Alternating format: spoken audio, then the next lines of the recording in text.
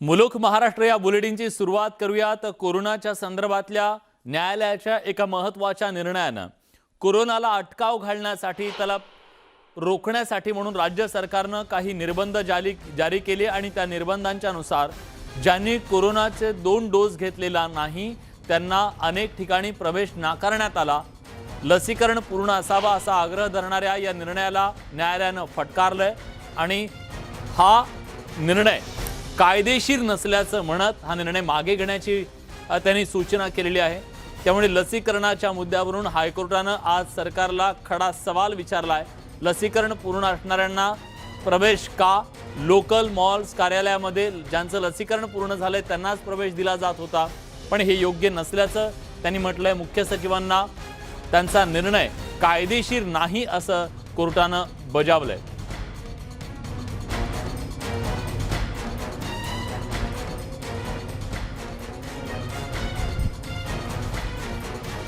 कोर्टानं दिलेल्या या निर्णयाच्या संदर्भात आपण अधिक तपशीलवार जाणून घेऊया। आपले प्रतिनिधी प्रशांत बाग आता आपल्या सोबत जोडले गेलेले आहेत। प्रशांत, आज न्यायालयात काय झालं? का न्यायालय असं म्हणतंय की हा निर्णय कायदेशीर नाहीये? आणखी काय टिप्पणी केली न्यायालयानं? विलास, आपल्याला माहिती आहे लोकल म्हणजे काय तर मुंबईची खरं लाईफलाईन, म्हणजे की प्रत्येक मुंबईकरांसाठी मुंबईच्या उपनगर असो किंवा साऊथ मुंबई टाउन कोणत्याही भागात जरी जायचं असेल तरी लोकल इतका चांगला आणखी सुसह्य प्रवास दुसरा कोणताच नाही। पण गेल्या काही काळापासून जसं केंद्र सरकारच्या याने लोकल सुरू झाल्या, ट्रेन सुरू झाल्या, पण ज्या पद्धतीनं मार्गदर्शक सूचना जारी केल्या आहेत त्यामुळे लोकलमध्ये 2 जर का डोस घेतले असेल तर त्याचंच तिकीट विंडोवर त्याला ते प्रमाणपत्र दाखवल्यानंतर तिकीट मिळतं। आणि कोर्टानं नेमका याच विषयावर दाखल असलेल्या याचिकेवर सुनावणी घेतली। आणखी या सुनावणीमध्ये म्हटलं की हा जो नियम किंवा निकष तुम्ही कोणत्या मार्गदर्शन पद्धतीनं केलेला आहे, तर राज्य सरकारच्या वतीनं सांगण्यात आलं की टास्क फोर्स ते घेतलेला हा निर्णय आहे। आणखी त्या कागदपत्रांमध्ये हे कुठेही आढळून आलं नाही, त्यामुळे कोर्टाने अत्यंत कडक भूमिका घेतली। उद्या दुपारी 2:30 वाजेपर्यंत हा अध्यादेश मागे घ्या असे थेट मुख्य सचिवांना आदेश दिलेत। मुंबईकर आहेत आपल्याबरोबर, म्हणजे की मुंबईची लाईफलाईन आणखी मुंबईकर काय म्हणताय? मुंबईकर, कोर्टानं आज ज्या पद्धतीनं राज्य सरकारवर कडक ताशेरे ओढले, चांगली गोष्ट आहे।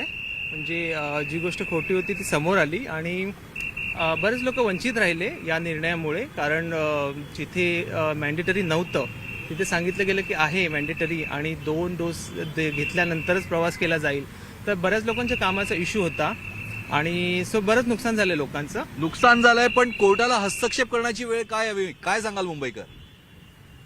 माननीय उच्च न्यायालयाने घेतलेला निर्णय हा अतिशय उत्तम आहे, कारण याच्यामुळं विद्यार्थी गोरगरीब हे बरेच वंचित राहिलेले आहेत। त्याच्यामुळं कॉलेजला जाणे पण विद्यार्थ्यांना झालेलं नाही, त्यामुळे हा निर्णय अतिशय उत्तम आहे। या निर्णयाचं स्वागत करताय सर, काय सांगाल? मला हेच म्हणायचं आहे की सरकारने हा जो 2 लसीकरणानंतर जो लोकलचा प्रवास करावा हा जो निर्णय हा कुठल्या आधारे घेतला होता?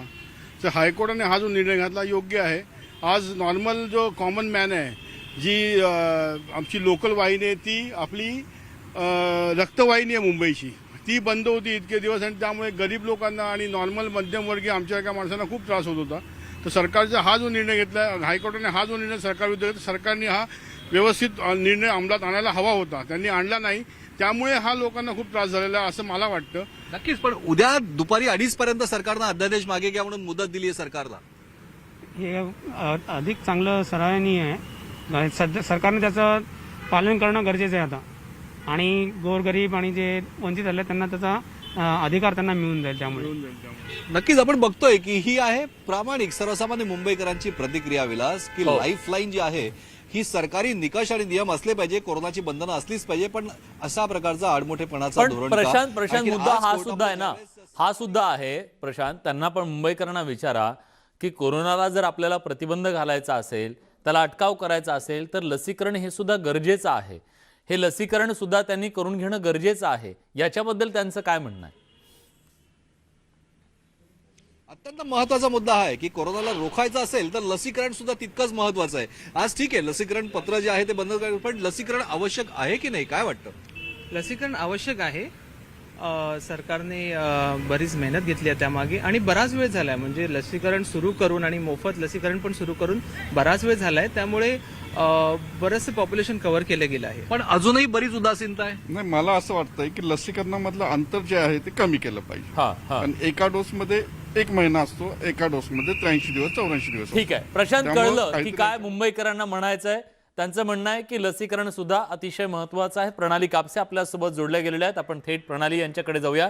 प्रणाली, न्यायालयानं आज सूचना केल्या राज्य सरकारला त्यांनी घेतलेल्या निर्णयाच्या संदर्भात आणि कदाचित उद्यापर्यंत तो निर्णय मागे घेतला जाऊ शकतो.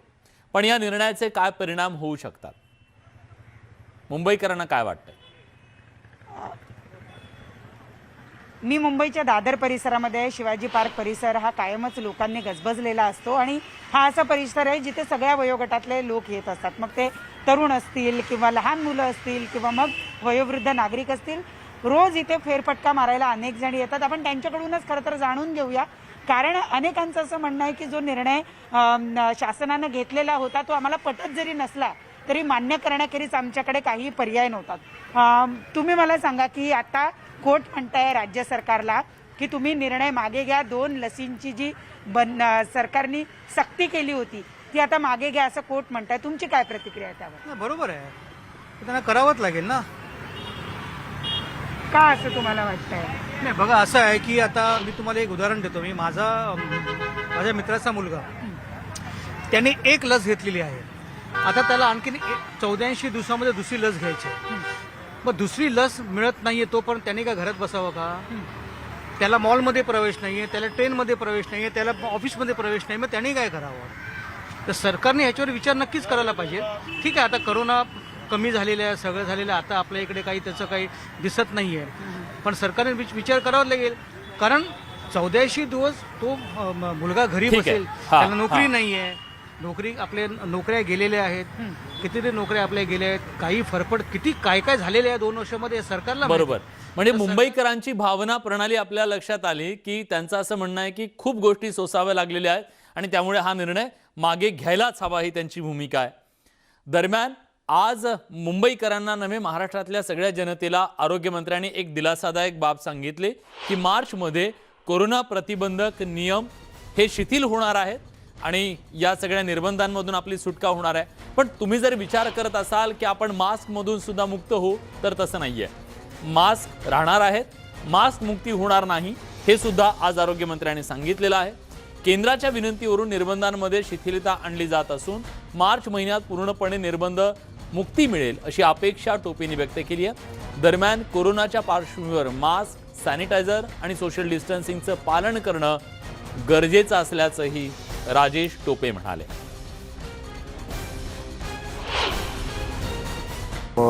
मास्क, सॅनिटाईज हँड्स आणि सोशल डिस्टन्सिंग हा विषय आपल्याला चालू ठेवलाच पाहिजे आणि आपल्यासारख्या मोठ्या देशामध्ये हा त्वरेने लगेच काढून घ्यावा. एवढ्या महामारीच्या संकटात असताना अशातला भाग नाही, परंतु जे निर्बंध लावलेले होते त्याच्यामध्ये मात्र शिथिलता मिळावी अशी अपेक्षा केंद्राने केलेली आहे. तशी अपेक्षा टास्क फोर्सनी सुद्धा त्या पद्धतीचं जे काही आहे ते मान्य केलेलं आहे.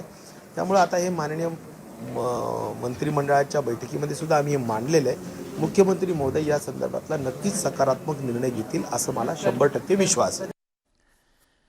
वळूयात पुढच्या बातमीकडे. गेल्या काही दिवसात भाजप आणि शिवसेनेच्या नेत्यांमध्ये एकमेकांवर जोरदार प्रहार केले जात आहेत. अगदी वैयक्तिक पातळीवर जाऊन सुद्धा आरोप केले जात आहेत. याच आरोपांच्या दरम्यान दिशा सालियांच्या मृत्यूच्या संदर्भात सुद्धा आरोप करण्यात आले आणि त्यामुळेच दिशा सालियांची मृत्यूच्या नंतरची होणारी बदनामी थांबवावी अशी मागणी करत मुंबईच्या महापौर किशोरी पेडणेकर यांनी महिला आयोगाकडे तशी तक्रार केली आणि त्या संदर्भात आता महिला आयोगाच्या अध्यक्षा रुपाली चाकणकर यांनी पत्र लिहिलेलं होतं. राज्य महिला आयोगानं त्याची दखल घेत 48 तासात अहवाल सादर करण्याचे आदेश दिले.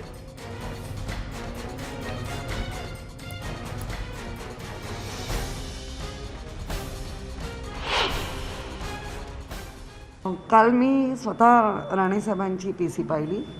त्यांचंही म्हणणं होतं की 3 वर्षापूर्वी मला अशीच नोटीस आली होती. आपल्याकडे दरवेळेला त्या चेक केल्या जातात. त्या अनुषंगाने जर लोक आता गेली असतील परत नोटीस देऊन तर त्यांना चेक करू दे. आणि स्वतः माजी मुख्यमंत्री असल्यामुळे त्यांनी स्वतः महानगरपालिकेमध्ये पण काम केल्यामुळे त्यांना ते कळत असेल की आपण आणि ते करतील सहकार्य. त्याच्यामुळे जे काही असेल रिपोर्ट महानगरपालिका तो येईल आपल्यासमोर. तर भाजप शिवसेनेच्या नेत्यांमध्ये जे आरोप प्रत्यारोप होत आहेत त्याचमध्ये सुशांत सिंग राजपूतचं मृत्यू प्रकरण, आत्महत्या प्रकरण, त्यानंतर दिशा सालियनचा मृत्यू, त्याच्याबद्दलचे अनेक गंभीर आरोप केंद्रीय मंत्री नारायण राणे यांनी लावले. आणि त्यानंतर हा मुद्दा जो अनेक महिने खरं तर माध्यमांमध्ये चर्चेला गेला, राजकीय वर्तुळात चर्चेला गेला, तो मुद्दा पुन्हा चर्चेत आलाय या आरोप प्रत्यारोपांच्या दरम्यान. आणि नारायण राणे यांनी दिशा सालियनची मृत्यूनंतरची बदनामी थांबवावी याच्यासाठी त्यांनी जे आरोप लावले त्या आरोपांवर कारवाई व्हावी अशी मागणी मुंबईच्या महापौर किशोरी पेडणेकर यांनी मुंबईमधल्या या घटनेचं सगळी तक्रार महिला आयोगाकडे केली. महिला आयोगानं सुद्धा याची दखल घेतलेली आहे आणि 48 तासामध्ये अहवाल सादर करा असं सांगितलं गेलेलं आहे. त्यामुळे महिला आयोगाकडून सुद्धा या संदर्भात आता पोलिसांकडून काय माहिती मिळवली जाते हे पाहणं औत्सुक्याचं ठरणार आहे.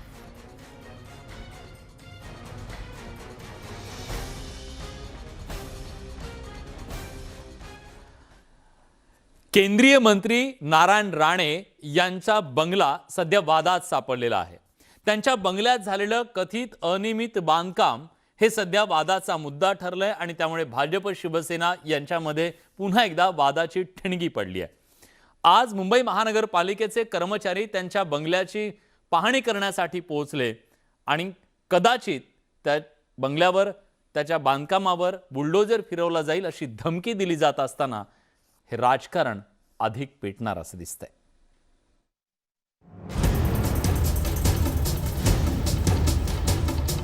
केंद्रीय मंत्री नारायण राणे यांच्या मुंबईच्या जुहू परिसरातील अधीश बंगल्यावरून पुन्हा एकदा राणे विरुद्ध शिवसेना असा नवा सामना रंगलाय. या आलिशान बंगल्यात अनधिकृत बांधकाम केल्याचा ठपका ठेवत मुंबई महापालिकेने राणे यांना नोटीस बजावली होती. महापालिका अधिकाऱ्यांच्या पथकानं सोमवारी अधीश बंगल्याची पाहणी केली. तसंच बंगल्याच्या बांधकामाविषयीच्या कागदपत्रांची सुद्धा पडताळणी करण्यात आली. राणे यांच्या बंगल्याच्या बांधकामाविषयी आलेल्या तक्रारीवरून ही पाहणी पार पडली. मुंबई महानगरपालिकेनं नारायण राणे यांच्या बंगल्यावर CRZ नियमांचं उल्लंघन होत असल्या कारणानं नोटीस बजावली. आज पालिकेचे 9 अधिकारी हे तब्बल 2 तास या बंगल्याची तपासणी करत होते. या तपासणीच्या वेळी मूळ बांधकामाची प्रत बघण्यात आली. त्याचबरोबर इमारतीच्या अंतर्गत बांधकामाचे फोटो देखील काढण्यात आले. आता मुंबई महानगरपालिकेकडनं या संपूर्ण प्रकरणामध्ये एक नवीन अहवाल सादर केला जाईल. या अहवालाच्या निष्कर्षांवरनं पुन्हा एकदा राणे कुटुंबियांना नोटीस बजावण्यात येणार आहे. मुंबई महापालिकेनं मंजूर केलेले आराखडे, मूळ कागदपत्र आणि सद्यस्थितीत असलेले बंगल्याचे अंतर्गत बांधकाम याची पाहणी यामध्ये करण्यात आली. तसंच बंगल्याचे अंतर्गत फोटो सुद्धा काढण्यात आले.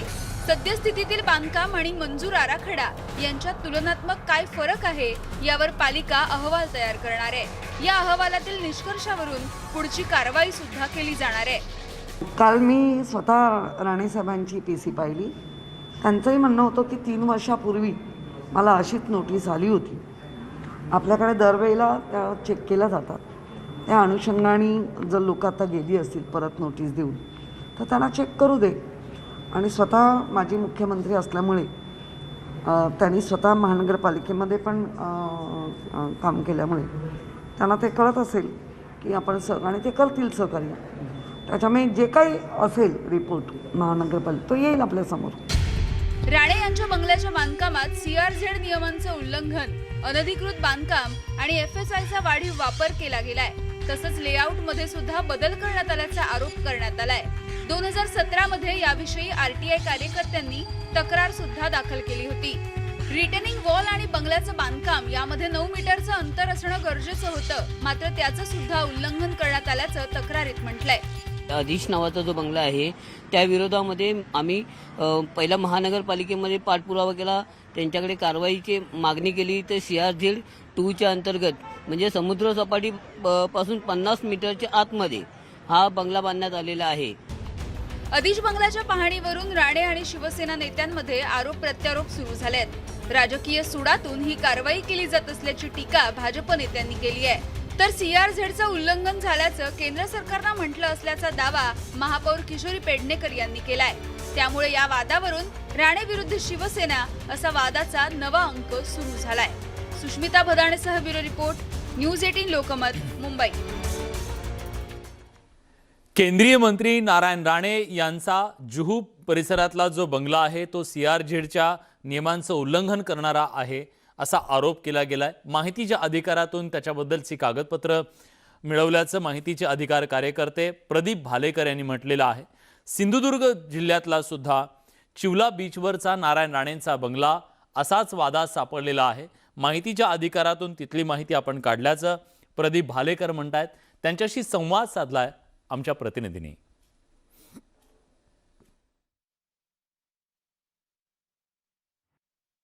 प्रदीप भालेकर आपल्या सोबत आहे, आपण त्यांच्याशी थेट बोलणार आहोत. प्रदीप भालेकर, तुम्ही RTIच्या माध्यमातून काय माहिती गोळा केली आणि त्याचबरोबर मुंबई हायकोर्टातून आणि त्याचबरोबर राष्ट्रीय हरित लवादाकडनं कसा तुम्ही पाठपुरवठा केला, नेमकं हे प्रकरण काय अगदी थोडक्यात सांगा. जुहू तारा रोड येथील माजी मुख्यमंत्री महसूल मंत्री नारायण राणे यांचा जो 7 मजली बंगला आहे, अधीश नावाचा जो बंगला आहे, त्या विरोधामध्ये आम्ही पहिला महानगरपालिकेमध्ये पाठपुरावा केला. त्यांच्याकडे कारवाईची मागणी केली. तर CRZ 2च्या अंतर्गत म्हणजे समुद्र सपाटी पासून 50 मीटरच्या आतमध्ये हा बंगला बांधण्यात आलेला आहे.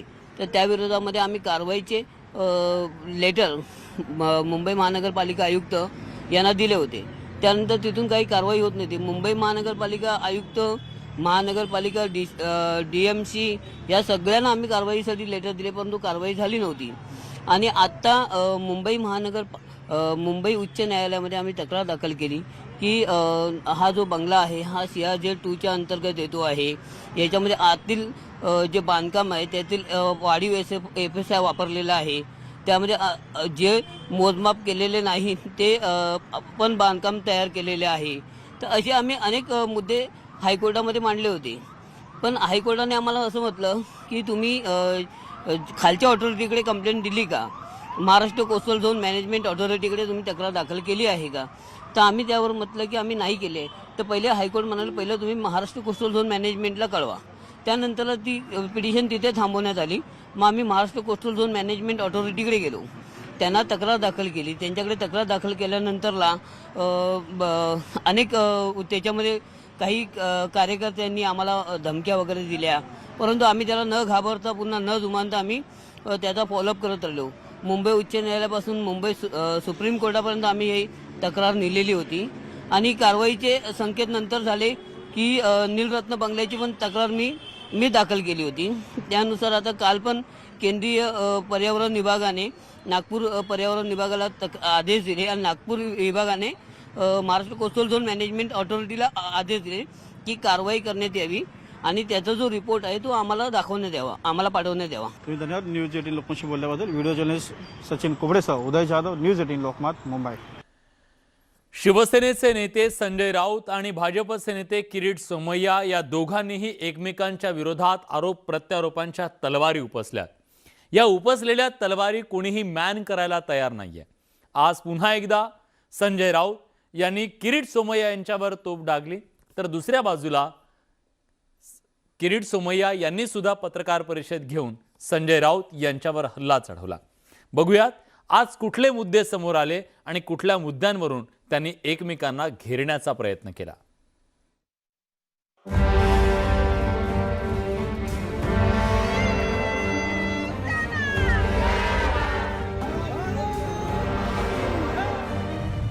संजय राऊत आणि किरीट सोमय्यांमध्ये वाकयुद्ध. उद्धव ठाकरे आता कुठे आहेत? महाराष्ट्र आमच्या बापाचं.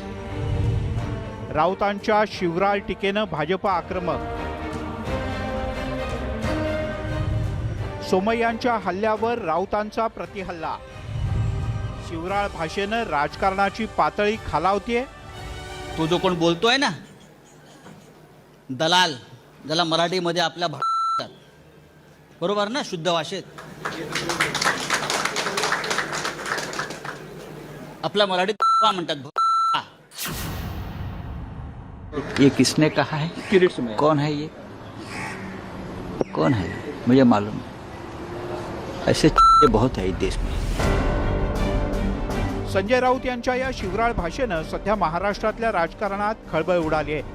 15 फेब्रुवारीच्या पत्रकार परिषदेनंतर राऊत यांनी 20 फेब्रुवारीला पुन्हा एकदा किरीट सोमय्या यांच्यावर शिवराळ भाषेत हल्ला चढवला.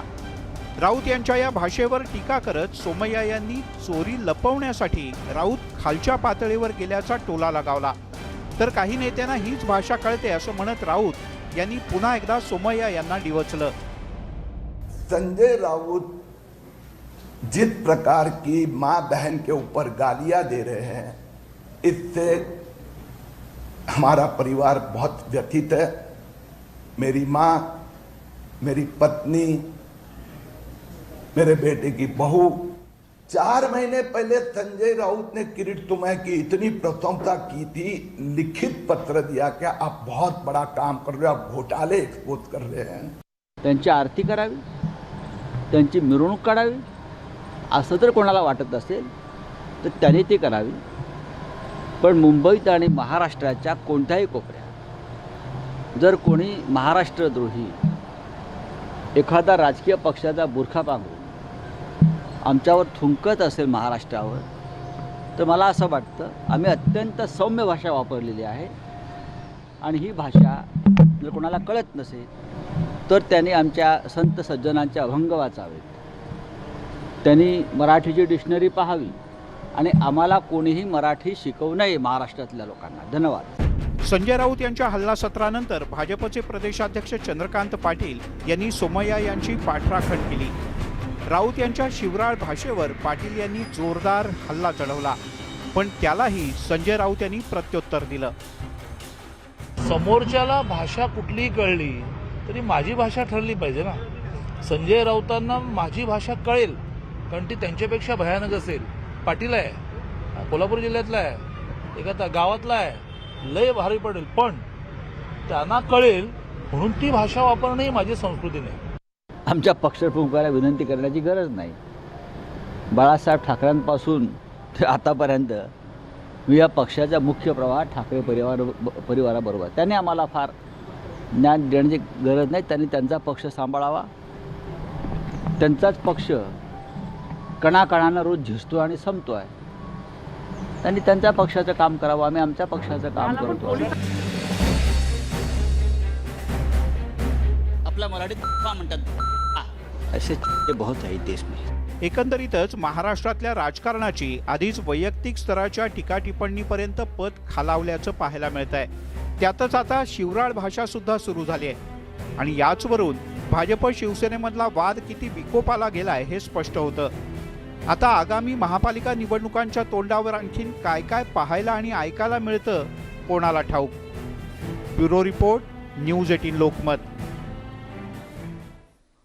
शिवसेनेचे नेते संजय राऊत यांची ही शिवराळ भाषा त्यांचे मित्र पक्ष असलेल्या त्यातल्या नेत्यांना रुचत नाहीये हे दिसतंय. राष्ट्रवादी काँग्रेसचे प्रदेशाध्यक्ष जयंत पाटील यांनी महाराष्ट्र हा सुसंस्कृत आहे, त्यामुळे अशा प्रकारची भाषा वापरणं योग्य नसल्याचं त्यांनी दोघांनाही सांगितलेलं आहे. दोन्ही पक्षाकडून ज्या प्रकारची वैयक्तिक टीका, वैयक्तिक हल्ले होत आहेत यावर त्यांनी नाराजी व्यक्त केली आहे आणि ही टोकाची भाषा टाळायला हवी असं ते म्हणाले.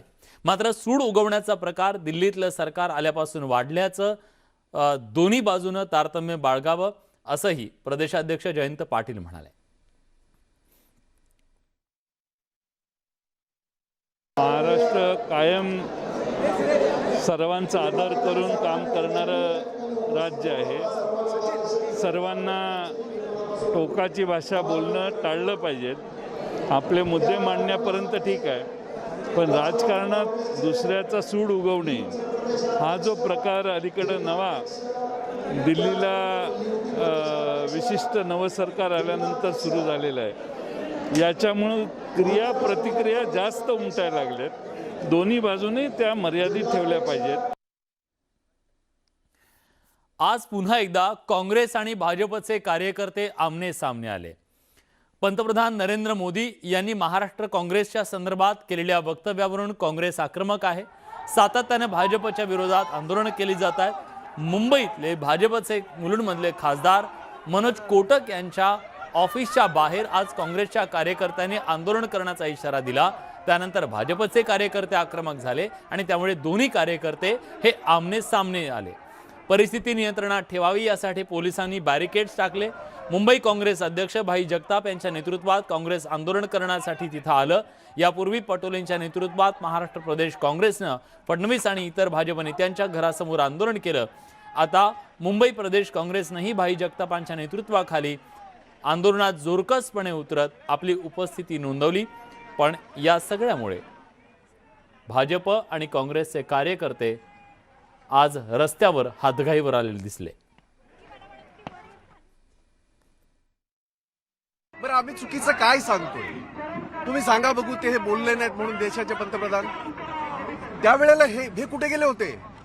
माझं म्हणणं असं, मुंबईच्या जनतेच्या जीवावर निवडून जाता, मुंबईचा अपमान होतोय संसदेमध्ये, तुम्ही टाळ्या वाजवताय। महाराष्ट्राचा छत्रपती शिवाजी महाराजांच्या महाराष्ट्राचा अपमान होतोय आणि तुम्ही टाळ्या वाजवताय, बाकं वाजवताय। जसा आम्हाला अधिकार दिलाय बाबासाहेब आंबेडकरांच्या घटनेने त्यांना सुद्धा दिलाय, त्यामुळे त्यांनी काय करावं हे मी कशाला म्हणू। माझं साधं म्हणणं आहे की मुंबईमधून निवडून जाता, तिथे मुंबईचा अपमान होतो आणि आपण काही करत नाही, तो प्रश्न विचारतो मी। बाकी त्यांनी काय करावं, आर पारची लढाई वगैरे ते त्यांनी करावं। काँग्रेसनी स्वतः ठरवावं की त्यांची भूमिका या महाराष्ट्र सरकारमध्ये काय आहे। काल आपण बघितलं असेल की तेलंगणाचे मुख्यमंत्री महाराष्ट्रात येतात, उद्धव ठाकरेजींना भेटतात, शरद पवारांना भेटतात, पण काँग्रेसच्या एकही नेत्यांना बोलवलं गेलं नाही। दुसऱ्या दिवशी नाना पटोलेंना हे स्टेटमेंट काढावं लागतं की काँग्रेसशिवाय तिसरी आघाडी शक्य नाही। पण नानांनी हे ठरवलं का तिसरी आघाडी झाली, मग तिसरी आघाडी, दुसरी आघाडी, चौथी आघाडी, कुठेही काँग्रेसला स्थान नाहीये। आणि हे स्थान नसल्यामुळे, हे स्थान गमावल्यामुळे काँग्रेसला अशा पद्धतीने नौटंकी करावी लागते, मुंबईकरांना त्रास देतात। ज्ञानदेव वानखेडे यांनी जी अवमान याचिका दाखल केली नवाब मलिक यांच्या विरोधात, त्या अवमान याचिकेवर आज मुंबई उच्च न्यायालयात सुनावणी झाली। आणि या सुनावणीच्या वेळी नवाब मलिक यांनी एक गोष्ट स्पष्ट केली की आपण ज्ञानदेव वानखेडे यांचं पत्रकार परिषदेमध्ये नाव घेतलं नाही। वानखेडे यांनीच कोर्टात सादर केलेल्या माझ्या विधानांच्या उत्तरात स्वतःहून शब्द घुसडले असा आरोप नवाब मलिक यांनी केलाय। दरम्यान या प्रकरणी आता पुढची सुनावणी पुढच्या आठवड्यात होणार आहे।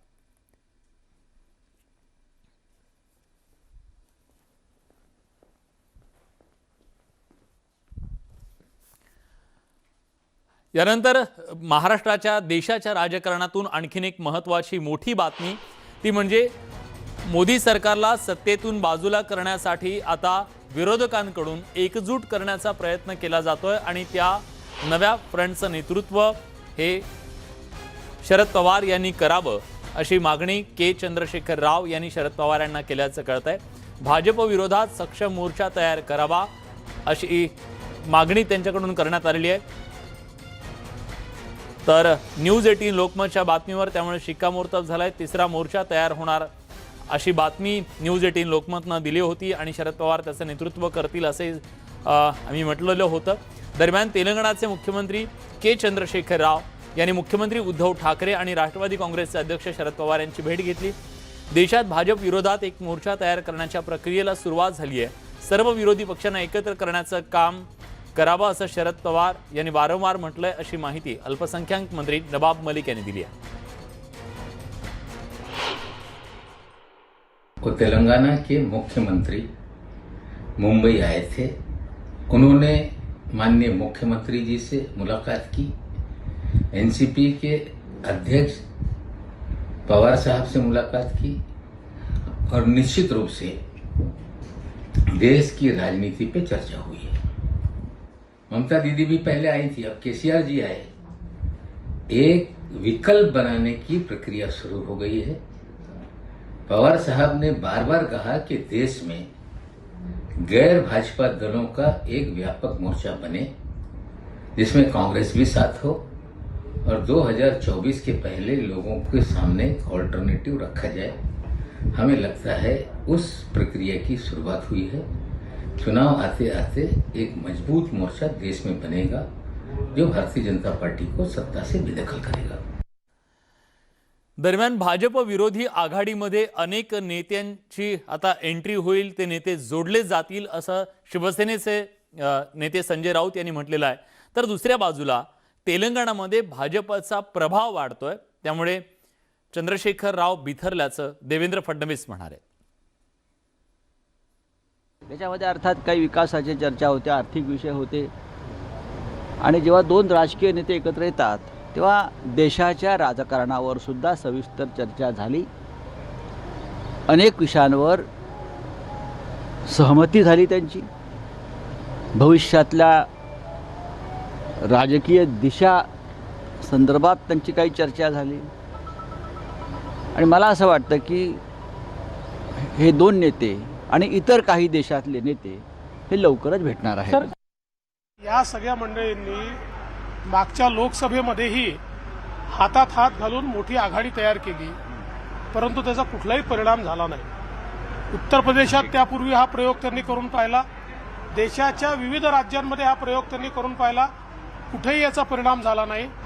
खरं म्हणजे आता तेलंगणा TRS जी पार्टी आहे त्याचीच परिस्थिती अशी आहे की मागच्या लोकसभेमध्ये भाजपच्या 4 जागा निवडून आल्या, पुढच्या लोकसभेमध्ये तेलंगणामध्ये नंबर 1चा पक्ष भाजप असेल.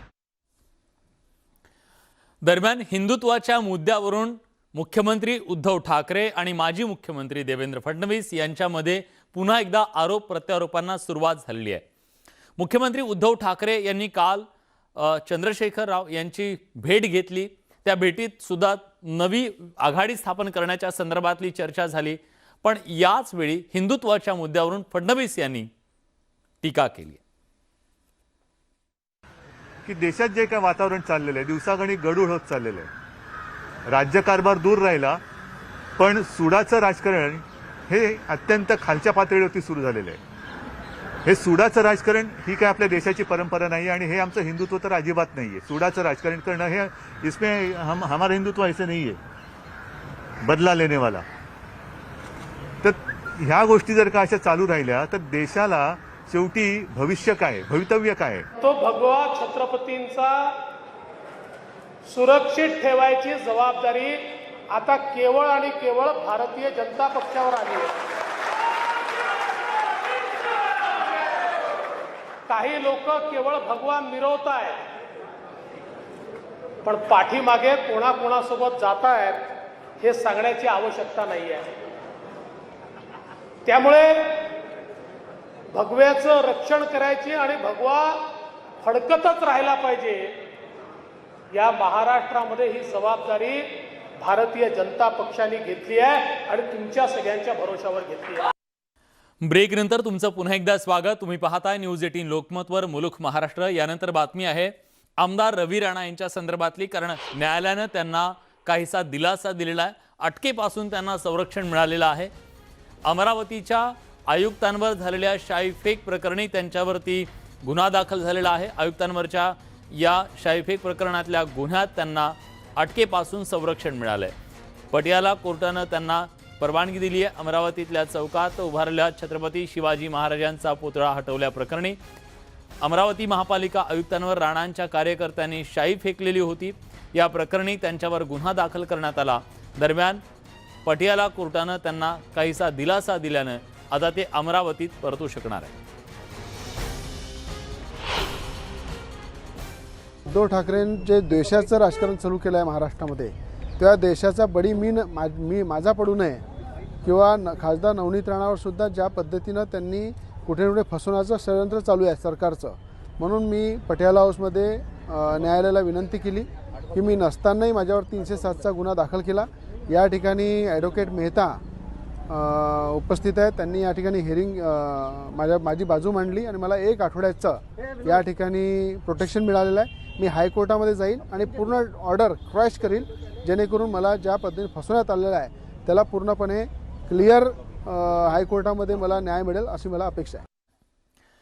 या सगळ्या महत्त्वाच्या घडामोडींसोबत मुलुख महाराष्ट्र या बुलेटिनमध्ये आपण इथेच थांबतोय. पण एक महत्त्वाची आठवण, 8 वाजता पाहायला विसरू नका न्यूज 18 लोकमतवर सगळ्यात मोठी मुलाखत, केंद्रीय गृहमंत्री अमित शहा यांची खास मुलाखत.